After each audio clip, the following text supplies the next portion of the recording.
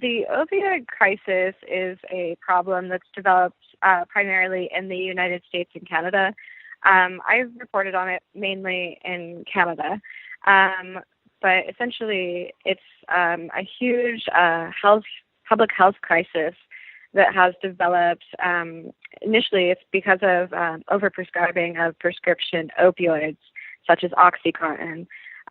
But within the last few years, Canada saw basically a surge of bootleg fentanyl coming from China that has created a really deadly situation here.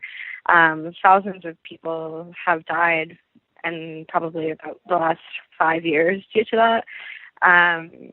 And I started reporting on it probably just over a year ago. And the reason I started reporting on the opioid crisis in Canada was because I actually have friends who've been personally affected. I have a couple of friends who became addicted to heroin in Toronto. As well, I grew up in an area in the United States, in Pennsylvania, where the opioid crisis has become a huge problem. So I know a bunch of people I grew up with who died of overdoses. And I know people, some of my best friends in middle school, 7th, 8th grade, became addicted to opioids when they became adults. So, and I also just report on it also because I, throughout my life, at different points, I have used drugs. Opioids are not something that I've used very frequently, though I have tried them. And right now in Canada, we are experiencing drugs like cocaine, MDMA, Xanax, stuff like that is being adulterated with fentanyl. So it's actually putting a lot of different types of drug users at risk for opioid overdose more than ever. So that's why I report on the opioid crisis. I think that definitely everyone should care, though it's really hard sometimes to convince people who haven't been touched by it personally to care about it because there is such a strong stigma associated with drug use, especially with heroin. The stigma that's associated with using heroin is probably one of the strongest stigmas that exists out there for drug use. In my reporting, I try not to use the word addict. I definitely wouldn't use the word junkie. But those words are a pretty good example of how our society sees people who use drugs. We hear a word like that, and we automatically think of stereotypes. And, reporting on the opioid crisis has changed my perspective. I think that I used to stigmatize drug use, especially heroin. I used to stigmatize it a bit just because of how I was raised, with the DARE program, Keep Kids Off of Drugs programs in the U.S. But yeah, I think that the opioid crisis is something that everyone should care about, just like we would care about something like SARS or another outbreak of disease. Though it is really hard for some people to understand that it is just as big of a problem. And it's actually a bigger problem than a lot of epidemics that we've seen in recent years. But it's really hard for some people to get past the stigma that they have had in their minds for their entire lives. It all has to do with stigma around drug use. And I mean, so many people have been prescribed opioids at some point in their lives, and most people I know have been prescribed at least Tylenol 3s, and the fact is that it can put someone at risk for addiction. Many of my sources, they started off using opioids prescribed by a doctor, and yeah, so I mean, I think that in that way, it's not as indiscriminate as you would think. And then on top of that, we have to acknowledge that people who have experienced trauma in their lives are much more likely to use drugs. So, people who become addicted to drugs sometimes are victims themselves.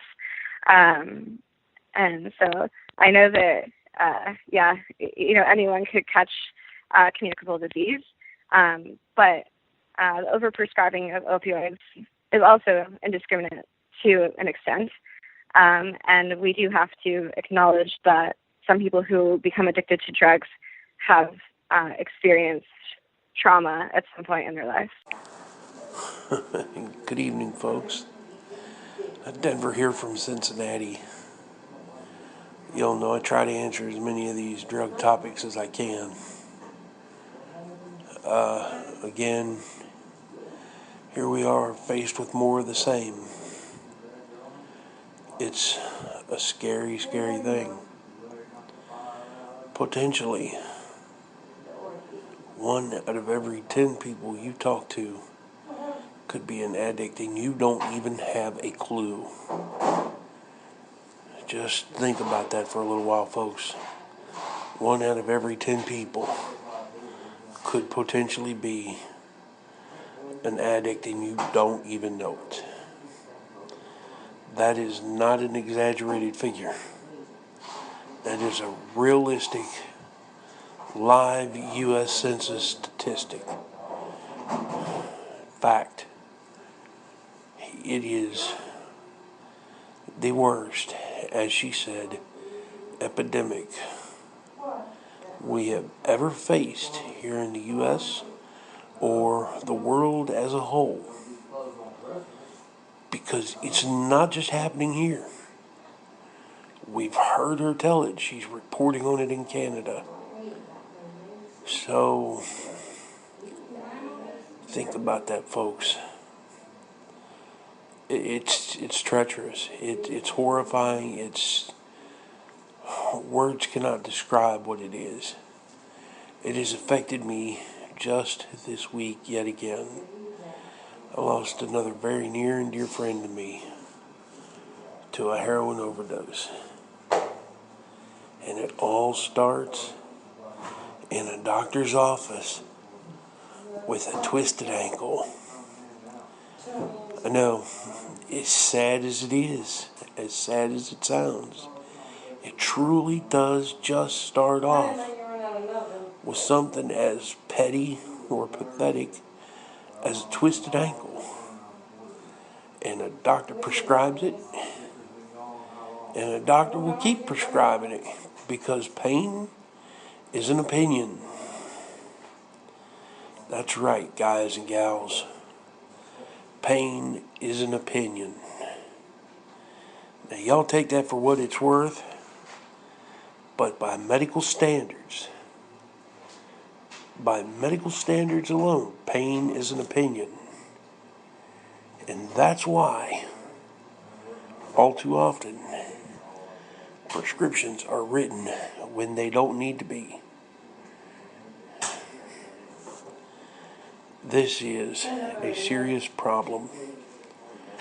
I have seen soccer moms walk in the front door of a shooting gallery and get carried out the back, tossed in a dumpster, and left to decay. It happens. It has happened. It is real. I'm not exaggerating these things. These are things that I have seen with my own eyes before they were removed from my head. These are things that I saw. I saw junkies dying in shooting galleries from an overdose, just laying there on the floor in pools of their very own vomit with a needle sticking out of their arm. It is, pardon me, a scary, scary thing. Y'all need to think about the things that I've said and think about the things that this woman said, because realistically, it can and potentially may affect one of you in the very immediate future, either directly or indirectly. It may affect you. Because remember, medically speaking, in the U.S. alone, pain is opinion.